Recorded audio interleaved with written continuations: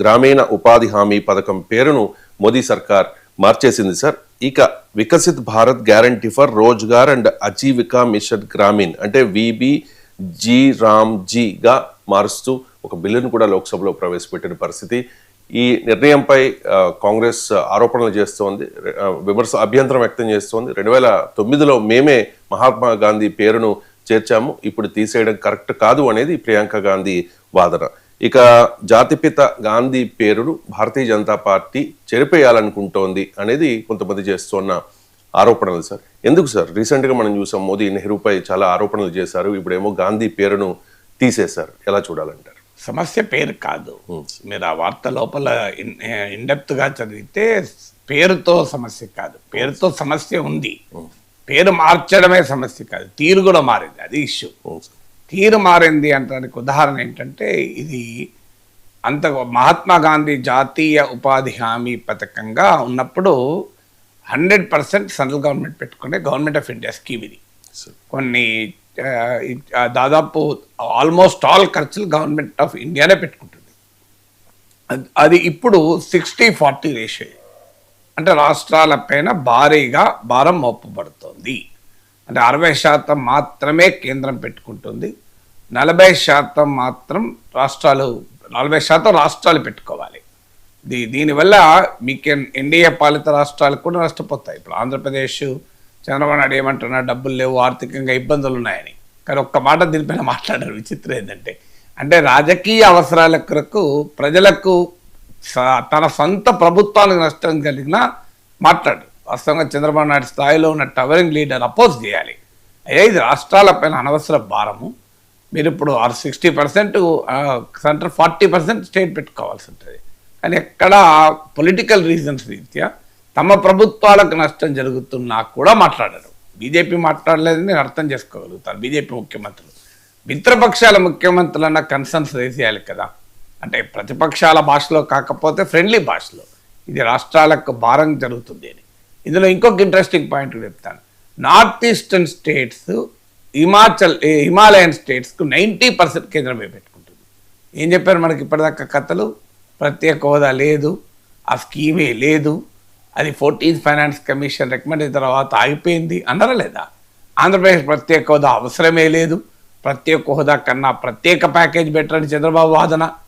మళ్ళీ ఇవన్నీ చూశాం కదా. ఇప్పుడు ఏమైంది? ప్రత్యేక హోదా ఉందా లేదా తర్వాత సంగతి. మరి ఇది ప్రత్యేక హోదా కాదా? మిగతా రాష్ట్రాలకేమో 40% వాళ్ళు పెట్టుకోవాలి. North eastern states and Himalayan states ఇవేవి కరెక్ట్గా స్పెషల్ కేటగిరీ స్టేట్స్ అవి. ఆ స్పెషల్ కేటగిరీ స్టేట్స్కు 90% సెంట్రల్ గవర్నమెంటే పెట్టుకుంటుంది. మరి ఆంధ్రప్రదేశ్కు ప్రత్యేక హోదా ఇవ్వాలి కదా, పార్లమెంట్లో ఇచ్చిన హామీ కదా. మరి ఇప్పుడు 14th ఫైనాన్స్ కమిషన్ అంటే ప్రత్యేక హోదా ఇవ్వద్దని చెప్పింది, మీరు ఆపారు. ఇప్పుడు ఇదని ఇవ్వండి. ఇప్పుడు GRAMGీ మిషన్లో GRAMGీ గ్రామీణ్ వికసిత భారత్ GRAMGీ గ్రామీణ్ స్కీమ్లో ఆంధ్రప్రదేశ్కు 90% కేంద్రం ఇవ్వండి. ఇది అడగాలి కదా చంద్రబాబు నాయుడు, పవన్ కళ్యాణ్లో నా కోరిక. మీరు అడగండి, మాకు ప్రత్యేక హోదా ఇవ్వలేదు, కానీ ప్రత్యేక హోదా లేదన్నారు. 14th ఫైనాన్స్ కమిషన్ ఏదో చెప్పిందన్నారు, అది పోనీయండి. ఇప్పుడు నార్త్ ఈస్టర్న్ స్టేట్స్కి, హిమాలయన్ స్టేట్స్కి ఇస్తున్నటువంటి బెనిఫిట్ ఆంధ్రప్రదేశ్కి కూడా ఇవ్వండి అని ఈ కనీస డిమాండ్ అన్న పెట్టాలి కదా. అన్ఫార్చునేట్లీ ఇప్పటివరకైతే పెట్టలేదు, పెడతారో లేదు తెలియదు. అందువల్ల ఇది మొదటి సమస్య, రాష్ట్రాలపైన భారం. ఇది మొదటిగా ఉండే ఛాలెంజ్. రెండో ఛాలెంజ్ ఏంటంటే, అసలు వెరీ నేచర్ ఆఫ్ ద స్కీమే మార్చేశారు. ఇప్పుడు ఇదివరకు ఉపాధి హామీ పథకం is not the first Rozgar Yojana. భారతదేశ చరిత్రలో 1970sలో డైరెక్ట్ అటాక్ అండ్ పావర్టీ, పేదరికం పైన ప్రత్యక్ష యుద్ధం అని మొదలు పెట్టాక అనేక స్కీమ్స్ వచ్చాయి. Integrated rural development programme IRDP అని, జవహర్ రోజ్గార్ యోజన JRY అని, ఇలా రకరకాల స్కీమ్స్ వచ్చాయి. నేషనల్ రూరల్ ఎంప్లాయ్మెంట్ ప్రోగ్రామ్ అని. సో ఇలా అనేక రకాల ఉపాధి హామీ పథకాలు ఉండగా మరి మహాత్మా గాంధీ జాతీయ ఉపాధి హామీ పథకం ఎందుకు వచ్చింది? అది పథకం కాదు, చట్టం. మీకు మిగతా పథకాలు ఏంటి తేడా దీనికి అంటే, అప్పటి వరకు ఉన్న పథకాలు ఏంటంటే ప్రభుత్వం కొన్ని నిధులు ఇస్తుంది, ఆ నిధులు ఆధారంగా ఎంత వీలైతే అంత. ఇప్పుడు ఉదాహరణకు ఒక 100 కోట్ల నిధులు వచ్చాయనుకోండి, 100 కోట్లకు ఆ రాష్ట్రంలో ఎంత ఉపాధి కల్పించగలిగితే అంత ఉపాధి కల్పిస్తారు. ఆ 100 కోట్ల నిధులు అయ్యాక ఉపాధి అవసరం ఉన్నా కల్పించలేరు, ఇక స్కీమ్ అయిపోయింది. దీనికి భిన్నంగా జాతీయ ఉపాధి హామీ పథకం ఏంటంటే సాచ్యురేటెడ్ స్కీమ్. అంటే ఏంటి? Demand driven scheme. ఇప్పుడు ఉదాహరణకు ఒక గ్రామంలో జాతీయ ఉపాధి హామీ పథకం కింద 10 లక్షలు వచ్చాయి. 10 లక్షల కింద 1000 పని దినాలు క్రియేట్ చేయొచ్చు. అంటే 1000 పని దినాల వరకే క్రియేట్ చేస్తారు. 2000 పని దినాలు అవసరం ఉందనుకో, డబ్బులు ఉండవు. కానీ ఉపాధి హామీ పథకం అలా కాదు. ఎంత డిమాండ్ ఉంటే అంత. 500 పని దినాలు ఉంటే 500 పని దినాలు, 2000 పని దినాలు ఉంటే 2000 పని దినాలు కల్పించాల్సిందే. It is not allocation driven, it is demand driven scheme. అది ఫండమెంటల్. ఇప్పుడు ఇందులో మార్చేశారు. ఇప్పుడు ఇది అగైన్ ఆ లీగల్ బాధ్యత. అంటే ఉపాధిని డిమాండ్ ఆధారంగా నిధులు కేటాయించాలి ఇచ్చిన ఒక చట్టబద్ధమైన బాధ్యత కేంద్ర ప్రభుత్వానికి ఉండదు. దీని మీద ఇప్పుడు ఎక్స్పెండిచర్ సీలింగ్స్ కూడా పెట్టారు. రాష్ట్రాలకు ఇంత ఉపాధి ఈ పథకం కింద ఇంత ఖర్చు పెట్టాలి, అంతకన్నా ఎక్కువ ఖర్చు అయితే రాష్ట్ర ప్రభుత్వమే పెట్టుకోవాలి. ఇదివరకు అది లేదు. అలా అది కూడా రాష్ట్రాల మీద భారమే. మీకు ఎక్స్పెండిచర్ సీలింగ్ పెట్టడం ద్వారా ఒకప్పుడు ఏం చేశారు, ఏ స్టేట్ అయితే చాలా యాక్టివ్గా ఉందో ఆ స్టేట్ ఎక్కువ నిధులు ఈ పథకం కింద వచ్చాయి. మీకు కంపారిజన్ తీస్తే చాలా ఆసక్తిగా ఉంటుంది. బీజేపీ పాలిత రాష్ట్రాల కన్నా కూడా ప్రతిపక్ష పాలిత రాష్ట్రాలు చురుకుగా ఉండి ఉపాధి హామీ నిధులు ఎక్కువ తెచ్చుకున్న సందర్భాలు ఉన్నాయి. ఎందుకంటే ఎవరు ఎక్కువగా డిమాండ్ ఎంప్లాయ్మెంట్ క్రియేట్ చేస్తారు వాళ్ళకి నిధులు ఎక్కువ వచ్చాయి. తెలుగు రాష్ట్రాలు అలా ఉపాధి హామీ నిధులు బాగా పొందే యాక్టివ్గా ఉంది. ఇప్పుడు అన్ఫార్చునేట్లీ ఇప్పుడు ఈ కొత్త స్కీమ్ కింద ఏమవుతుందంటే స్టేట్ వైడ్ సీలింగ్స్ ఉంటాయి. మీకు అంతకన్నా ఎక్కువ ఖర్చు పెడితే ఆ రాష్ట్రాలే భరించాలి, కేంద్రానికి సంబంధం లేదు. అందువల్ల ఇది the very character of the scheme మారింది. అందుకే నేను అన్నాడు పేరులో ఏముంది అన్న సినిమా పాట ఉంది. పేరులో కూడా ఉంది, అది కూడా చెప్తాను. కానీ పేరు కన్నా తీరు మారింది, నడవడిక మారింది, స్వభావమే మారింది. అసలు ఇది ఆ ఉపాధి హామీ పథకమే కాదు. ఇక పేరు మార్చడం గురించి చూద్దాం. సో ఈ పేరు మార్చడంలో కీలకమైన అంశం ఏంటంటే అఫ్కోర్స్ దానికన్నా ముందు ఇంకొకటి చెప్పాలి. సో ఇప్పుడు ఏం చెప్తున్నారు, మేము 100 days నుంచి 125 daysకు పెంచుతున్నాం అంటున్నారు.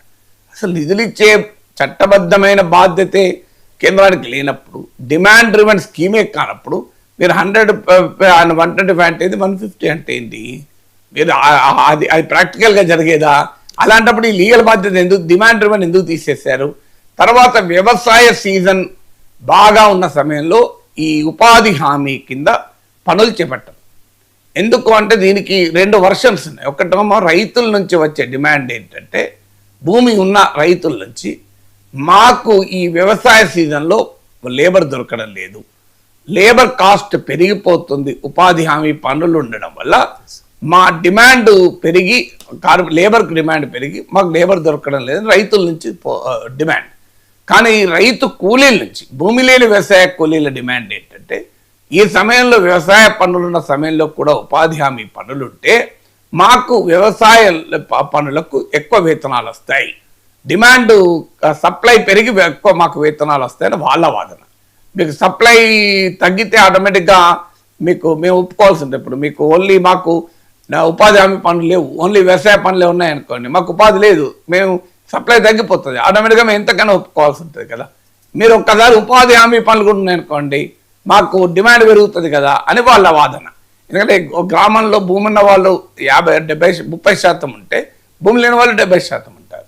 రైతు కూలి 2గా పనిచేసే వాళ్ళు ఉంటారు. 1 ఎకరం పొలంలో తనకు దున్నుకుంటాడు, ఇంకా మిగతా టైంలో వెళ్ళి పనిచేస్తుంటాడు. అందువల్ల ఇప్పుడు ఇది వ్యవసాయ పనుల సమయంలో ఉపాధి హామీ పనులు చేపట్టరు. అంటే ఆ రకంగా భూమి లేని కూలీల వాదన కన్నా భూమి ఉన్న రైతుల వైపుగా కేంద్రం అనుకూలంగా నిర్ణయం తీసుకుంది. అది ఒక సెక్షన్ హ్యాపీ అవుతుంది, ఒక సెక్షన్ అన్హ్యాపీ అవుతుంది. సో ఇక పేర్లు కదా, పేరు ఏం మార్చారు, ఒకే రామ్జీ అని వచ్చేటట్టు పేరు మార్చారు. అంటే దాని పేరు ఎంత కాంప్లికేటెడ్ చేశాడు. ఇదివరకు ఈజీగా మహాత్మా గాంధీ జాతీయ ఉపాధి హామీ పథకం NRGGA అంటే అందరికీ తెలుసు. ఇప్పుడు ఏం చేశారు, వికసిత భారత్ రామ్జీ అని పేరు పెట్టారు. అంటే మీకు లాస్ట్ జీ అంటే గ్రామీణ్, రామ్ అంటే రోజ్గార్ అండ్ అజీవికా మిషన్. రామ్ అంటే guarantee for Rozgar and Ajeevika mission Gramin. అంటే ఎంత కష్టపడాల్సి వచ్చింది రామ్ అని పేరు తేవడానికి. రాముని పేరిట మీరు ఇంకో పథకం పెట్టండి, గాంధీ పేరు తీసేసి హే రామ్ అంటూ తన ప్రాణాలు అర్పించిన రామభక్తుని పేరు తీసేసి మీరు రాముని పేరిట స్కీమ్ పెడితే ఏంటి? గాంధీ మహాత్ముడు జీవితం అంతా రామనామాన్ని జపించాడే కదా. హే రామ్ అంటూ చనిపోయాడు. లాస్ట్ చివరిగా గాంధీ నోట వచ్చింది హే రామ్ అన్నాడు. నేను సనాతన ధర్మాన్ని ఆచరిస్తూ ఉంటాను, నేను గీతను ఆచరిస్తూ ఉంటాను నా జీవితం అంతా అన్న మహాత్ముని హే రామ్ అంటూ తన ప్రాణాలు వదిలి ఆ రామునిలో ఐక్యమైన గాంధీ మహాత్ముని పేరు తీసి రాముడి పేరు పెడితే రాముడైనా బాధపడతాడు కదా. రాముడు అంగీకరిస్తాడా? దేవుని సంగతి తెలియదా మనకు? దేవుడు తనకు నష్టం జరిగినా మంచిదే, భక్తునికి నష్టం జరగద్దని కోరుకుంటాడు. అది కదా దైవం గొప్పతనము. సో ఒక గజేంద్రుడికి మోక్షం ప్రసాదించిన శ్రీ మహావిష్ణు అవతారమయ్యా రాముడు. ఏ గజేంద్రుడి కాపాడడం కొరకు శంఖ చక్ర అన్నిటినీ ఆయుధాలని వదిలేసి ఉరుకులు పరుగుల మీద ఆ నీటి మడుగు దగ్గరికి వచ్చిన మహానుభావుడు కదా, మహాదేవుడు కదా. మీరు అలాంటి విష్ణుమూర్తి అవతారమైన రాముడు తనకు అత్యంత విశిష్ట భక్తుడు, మామూలు భక్తుడు కాదు కదా, నిష్ఠాగరిష్ఠుడైన భక్తుడు, సదాచార సంపన్నుడు, శ్రీరాముని జీవితంలో ఉన్న విలువల్ని తన నరనరాన ఇమిడుచుకున్న రామభక్తుడు కదా గాంధీ మహాత్ముడు. ఏం రాముని ఈ పేరు చెప్పుకొని ప్రధానమంత్రి కావాలని కోరుకున్నవాడు గాంధీ మహాత్ముడు కాదు. రాముని పేరు చెప్పిన రాజకీయం చేసిన వాడు గాంధీ మహాత్ముడు కాదు.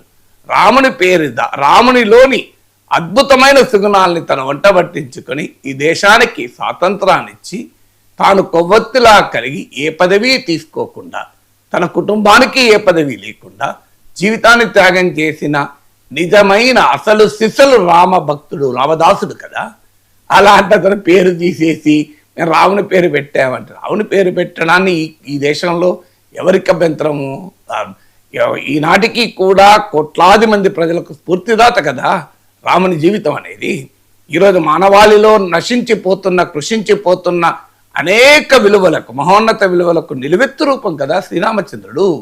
ఆ మహనీయుని పేరు పెడతాను ఎవరికి అభ్యంతరం?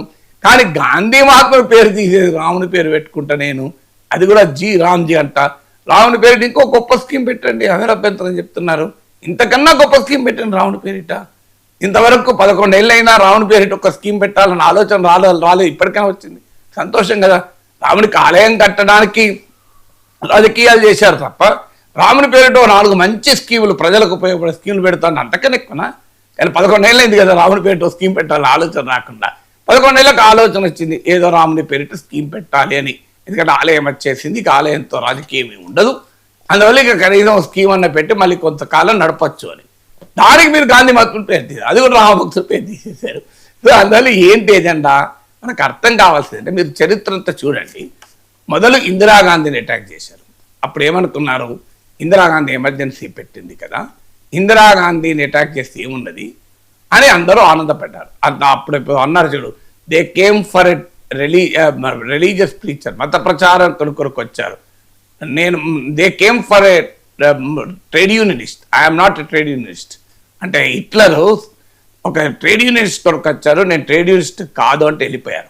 They came for a religious preacher, I'm not a religious preacher, నేను మత ప్రచారం కాదంటే వెళ్ళిపోయారు.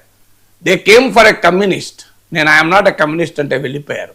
ఆఖరికి they came for me, what should I do అన్నాడు. నేను ఆఖరికి నా కొరకు వచ్చాను, నేనేం చేయాలి అన్నాడు. అంటే ట్రేడ్ యూనియనిస్టులను అంత పెట్టినప్పుడు మాట్లాడలేదు, మత ప్రచారకులు అంత పెట్టినప్పుడు మాట్లాడలేదు, కమ్యూనిస్టులు అంత పెట్టినప్పుడు మాట్లాడలేదు, ఆఖరి నన్నే అంత మట్టు పెడదామని వచ్చారని. అదే జరిగింది భారత రాజకీయాల్లో. ఇందిరాగాంధీని మట్టు పెట్టారు ముందు, ఇందిరాగాంధీని టార్గెట్ చేసి ఆమెపైన అటాక్ చేశారు. ఇందిరాగాంధీకి ఉన్న వివాదాస్పద చరిత్ర వల్ల, భారత ప్రజాస్వామ్యానికి ఆమె చేసినటువంటి ఆ చీకటి అధ్యాయ ద్రోహం వల్ల నాలాంటి ప్రజాస్వామికవాదులు కూడా ఇందిరాగాంధీని అంగీకరించాం కదా. ఆ విషయంలో మాత్రం అది బీజేపీకి నష్టమేమి జరగలేదు. ఇందిరాగాంధీ సమకాలీన రాజకీయాల్లో ఇందిరాగాంధీకి ఉన్న స్ప్లిట్ లెగసీ వల్ల.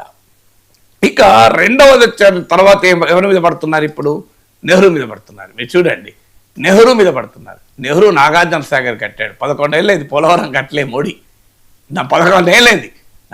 నెహ్రూ ఈ తెలుగు ప్రజలకు నాగార్జున సాగర్ ఇచ్చి కృష్ణా గుంటూరు జిల్లాల్ని సస్యశ్యామలం చేసిన మహనీయుడు. మరి పోలవరాన్ని ఇప్పటికీ ఎందుకు పూర్తి చేస్తున్నాడు 11 ఏళ్ళైనా మోడీ? అలాంటి నెహ్రూ పైన అటాక్ పెట్టారు. నెహ్రూను ఈ దేశంలో ప్రతి సమస్యకు నెహ్రూరే కారణం. కాశ్మీర్ సమస్యనా నెహ్రూనే, దోమల పెరిగినా నెహ్రూరే కారణం. ఆ రోజు నెహ్రూ దోమలు నిలవ చేశాడు, అందుకే దోమలు పెరిగినాయి అంటారు. ఇప్పుడు మీరు చూడండి, మీరు చీమలు పెరిగినాయి అనుకో, ఆ కాలంలో నెహ్రూ చీమలు నిలవ చేశాడు, చీమలు అంటారు. దోమలకు చీమలకు కూడా నెహ్రూరే కారణం అని చెప్పి, ఈ దేశంలో ఉన్న సమస్త సమస్యలకు నెహ్రూ మూలమని చెప్పి నెహ్రూ పైన అటాక్ చేస్తున్నారు. ఇక అయిపోయింది. నెక్స్ట్ గాంధీని మీద పడుతున్నారు. మీరు ఇది స్టార్టింగ్ పాయింట్. మీరు చూడండి, ఇప్పటికే ప్రజ్ఞా సింగ్ ఠాకూర్ లాంటి వాళ్ళు పార్లమెంట్లో గాంధీ మహాత్ముని చంపిన గాడ్సేను గొప్పగా కీర్తించారు. ఆమె పైన ఏ చర్య లేదు కదా. ఇప్పుడు నెక్స్ట్ చూడండి, ఉపాధి హామీ పథకానికి గాంధీ మహాత్ముని పేరు మార్చడంతో మొదలైంది. ఇక గాంధీ పైన అటాక్. నెక్స్ట్ టైం కనుక 29లో బీజేపీ గెలిస్తే నెక్స్ట్ టర్మ్ నెహ్రూ కాదు, ఇప్పుడు ఇందిరాగాంధీ కాదు కదా. మీరు గమనించండి, ఇప్పుడు అటాక్ అంతా నెహ్రూ మీద, ఇందిరాగాంధీ మీద ఎక్కడ ఉంది అటాక్? నెక్స్ట్ అటాక్ అంతా గాంధీ మహాత్ముని. ఈ దేశంలో నెహ్రూ లెగసీని లేకుండా చేశాక గాంధీ లెగసీ కూడా లేకుండా చేయబోతున్నారు. అందులో భాగంగానే గాంధీ, ఎందుకంటే RSS Sangh Parivar will not accept with Gandhiji's ideology. వాళ్ళ సీరియస్ డిఫరెన్సెస్ గాంధీ. మీరు ఎవరినైనా అడగండి, గాంధీ మహాత్ముని అంగీకరించిన వారు. సో అందువల్ల మీకు మీకు ఎక్కడన్నా బీజేపీ ఆఫీసులకు గాంధీ మహాత్ముని పేర్లు పెట్టుకుని నాకైతే తెలియదు. సో అందువల్ల మీ గాంధీ విగ్రహాలు తప్పదని ప్రధానమంత్రి వెళ్తారు రాజ్ఘాట్కు. సో అందువల్ల మీకు ఎక్కడ నెక్స్ట్ టార్గెట్ ఈ గాంధీజీ అనటానికి ఇదే ఒక ఇండికేషన్. మీరు మహాత్మా గాంధీ పేరిట ఉన్న పథకానికి మీరు పథకాన్ని మార్చదలుచుకున్నారు. పేరు నుంచి తీరు మార్చకండి, అదే పేరుతో ఉంచండి. పోనీ తీరు మీదనే ప్రశ్నిస్తాం, పేరు గురించి ప్రశ్నించాం. రావణి పేరిట మీద 100 స్కీములు పెట్టండి. నేను అదే అన్నా, 11 ఏళ్ళు పట్టిందే రావణి పేరిట స్కీమ్ పెట్టడానికి. మంచి స్కీమ్లో 11 పెట్టండి, ఎవరు అభ్యంతరం చెప్తారు? శ్రీరామచంద్రుని స్కీమ్ ఎందుకు? శ్రీకృష్ణ పరమాత్మ పేరిట స్కీమ్ పెట్టండి, మహాశివుని పేరిట స్కీమ్ పెట్టండి. ఎన్ని స్కీములు ప్రజలకు ఉపయోగపడటానికి మీరు ఎన్ని పెట్టినా సంతోషపడతారు. ఏమున్నది? సో అభ్యంతరం ఏమన్నా? విఘ్నేశ్వరుని పేరు ఒక స్కీమ్ పెట్టండి, సరస్వతి మాత పైన చదువుల స్కీమ్ పెట్టండి. ఎవరిదంటారండి పేర్లు పెడితే? పెట్టండి. ఎందుకంటే ఈ దేశంలో కోట్లాది మంది ప్రజలు ఆరాధ్య దేవాల పేర్లు పెట్టడానికి ఎవరికి అభ్యంతరం ఉండాలి? అదే మతోన్మాదం నేనే తన్నాను. కావాలంటే మీరు ఈ దేశంలో అనేక మతాల వాళ్ళు ఉన్నారు కనుక అన్ని మతాల్లో ఉన్నటువంటి దైవాల పేరిట ఏదైనా పెట్టండి అయ్యా, అది కొద్దిగా సామరస్యానికి ఉపయోగపడతానని సలహా ఇవ్వచ్చేమో. కానీ మా కోట్లాది మంది ప్రజల ఆరాధ్య దేవాల పేర్లు పెట్టడానికి అభ్యంతరం ఉండాల్సిన అవసరం లేదు, నా దృష్టిలో నాకైతే లేదు. సో కానీ మీరు గాంధీ మహాత్ముని పేరు తీసేసి గాంధీ మహాత్ముని పేరు రూపం మాపేందుకు ఆఖరికి ఆ మహనీయుడైన శ్రీరామచంద్రుణ్ణి వాడడం అనేదే బాధాకరం. రావణునికి సైతం వైకుంఠాన్ని ప్రసాదించిన దేవదేవుణ్ణి ఆఖరికి గాంధీ మహాత్ముని పేరు ఎందుకు ప్రయోగిస్తారండి? పాపం గాంధీ మహాత్ముడు ఏమన్నాడు? ఆయన హే రామ్, నాకెందుకు అన్యాయం చేస్తున్నారు అని